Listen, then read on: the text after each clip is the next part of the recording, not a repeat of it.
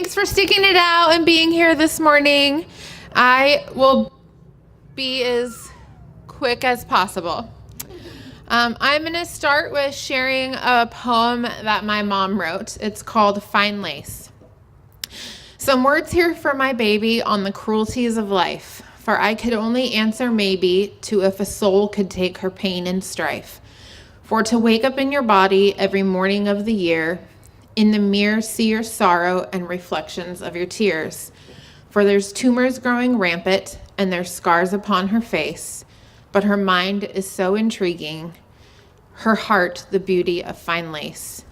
And just as fine lace tears when it's treated very rough, so her heart will rip apart as if the pain was not enough. My mom wrote that poem for me in 1985. It was as if she knew what life would bring me. She could already hear the unkind words and envision the lifetime of unwanted stares. She knew all that was coming before she even knew how long I would live. At the age of 4 months, I started growing tumors on my face. I was diagnosed with something called multiple agglutinated juvenile melanoma. They've consistently grown there for the past 35 years. Only on my face and only on the left side. I've had more than 50 surgeries, hundreds of hospital stays, some very scary illnesses, some creative and innovative procedures, and now a secondary disease that is actually harder to manage and potentially more dangerous than the tumors themselves. But that's not the story I want to tell today. I want to talk about a part of my journey I don't often share, and a part that I suspect many survivors don't always talk about. It's easiest to share about our medical facts, to speak in black and white. Cancer is an ugly word all by itself, and the last thing we want to do is make it a dirty word. But that's what I'm going to do. I'm going to share some of the disgusting truth about how it can feel to be different by diagnosis. Most often, being different because of diagnosis affects us and how people treat us. It's how they look at us with pity, treat us with gloved hands, or stop honoring our requests out of fear. For me, it's been a lifetime of feeling defined by my face, being defined by tumors, surgery, scars, illness, society's idea of beauty, and my own ideas of beauty. Over time, I've found that most people's judgment comes in 3 forms or from 3 places: ignorance, innocence, and insolence. For example, when I was a child, maybe 4 or 5, my dad took me to a playground. There were a group of other girls there my age, and naturally, I attempted to play with them. Pretty quickly, one of the girls stepped forward and said, "I don't want to play with you because I don't want to catch your ugly." She walked away and the other girls followed. That statement has haunted me my whole life, and it seemed to ring especially true in my early teenage years when appearance was everything. I know now that she was not speaking out of malice. She was simply stating something that she had learned from her parents, from TV, or from older kids. Her judgment, though it hurt, was innocent. As a teenager, my core group of friends were boys. They were like my brothers. One day in the car when I was 17 or 18, one of them was telling me how wonderful he was, how much he loved me, how I had all these great personality traits. He went on to say that he wished he could meet a girl that was just like me, only with a normal face. Since that moment, I've wondered, is that why men befriend me but do not date me? Because I do have amazing qualities, but appearance is a big deal, and taking on someone with medical challenges isn't really ideal. To be honest, I've spent a lot of time thinking about this in the last few years and letting it affect my self-esteem. But if you knew this friend of mine, I got lost. If you knew this friend of mine, you would know he had no idea this statement would affect me as it had. And in the years since then, he's apologized. For him, it was just a statement. He flat out did not think. He was just ignorant. For those who don't know, insolence literally means rude and disrespectful behavior. A couple of years ago, I'd been out for a run in the morning. I was sweaty. I was in workout clothes. I was standing in line in a Starbucks, kind of thinking about how the rest of my day was going to look. And an older man standing in front of me, probably in his 50s, turned, looked me directly in the eye and said, "What's wrong with your face?" I was stunned. I couldn't quite find words. And the most surprising thing about that statement is that it's not the first time I've heard it, and it will not be the last. Some people really do look at me and think something is wrong with my face. They are just flat out rude. At any stage in life, we'll find all three of these forms of judgment.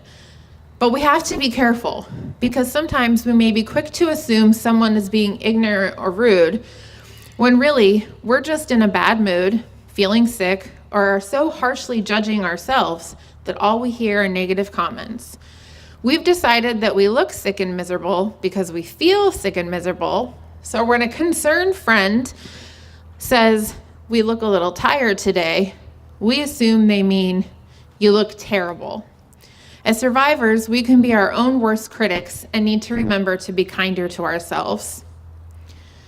We also need to remember to be kind to each other. I'm going to share a poem with you that I wrote in high school. It's called "I See What You're Not Saying." Eyes of all different colors, all different shapes and sizes. So many different looks thrown my way, and I can see what they aren't saying. Baffling behavior that's never understood, a turn back, a closed ear, a disregarded statement. I can see what they aren't saying. Whispers in the hallway or laughter ringing in my ears. So many words I won't hear spoken, but I can hear what they aren't saying. Just one look says it all, and I can see it all. Wonder, pity, and disgust. But rarely do I see me reflecting in their eyes. Only the scars that disfigure me. I've learned what they aren't saying. So next time, please, I'm begging you, simply look beyond me. Save me from the hurt that's caused by what you aren't saying.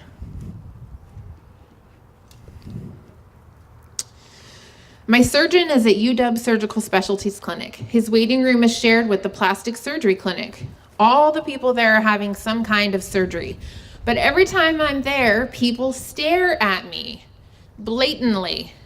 I'm sure that it's not mean-spirited, but I don't think that anytime it occurs to those people how that feels for me.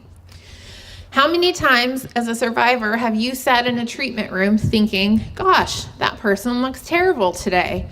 And despite it coming from an innocent and likely understanding place, what about offering them a word of encouragement instead? Or how many times in sharing of our journeys have we thought or compared and thought, "Oh, they only have stage 2, or even said out loud to them, "You're so lucky that your cancer didn't spread." There is nothing lucky about cancer. Instead of saying things like that, couldn't we say, "I'll be praying or sending good thoughts that things do not worsen for you or they continue to improve for you"? If we, the survivors, the fighters, the warriors, can learn to be kind to ourselves and empathetic to each other, think of what we can teach the innocent, the ignorant, and the insolent. I'm not saying that we're not already kind and empathetic. I'm simply asking us to dig a little deeper, to seek ways to unify us through love and understanding. I want us to fight back against more than just our diagnosis. I want us to fight back against our self-doubt and to feel empowered. Empowered to tell our caregiver or significant other, "I really do feel good enough to do that today. Please let me." Empowered to tell our doctor and care team, "I don't think that treatment or surgery is right for me. Can you please find something else?" And empowered to look in a mirror at our scars, at our bald heads, at our lopsided or barren chests, at our sunken eyes, our discolored skin, our underweight and our overweight bodies, and at our faces, and say, "I'm beautiful, and I'm more than my cancer. And once we are unified and feeling good, or pretty okay in some cases, about ourselves, I want us to fight back by educating our loved ones, by telling them the truth about how we feel, even if it's ugly. By asking the stranger staring at us, "Are you curious why I look this way?" And by gently reminding the rude man at Starbucks, nothing's wrong with our face. My scars are just a sign of my strength. And while this kind of fight back will not heal us, it won't cure cancer, it will make our journey a little bit lighter, a little bit kinder, and fill it with a little bit more love. And after 35 years of cancer and looking at the potential of another 35, that's really all that I can ask for. So here's to my fight and to yours.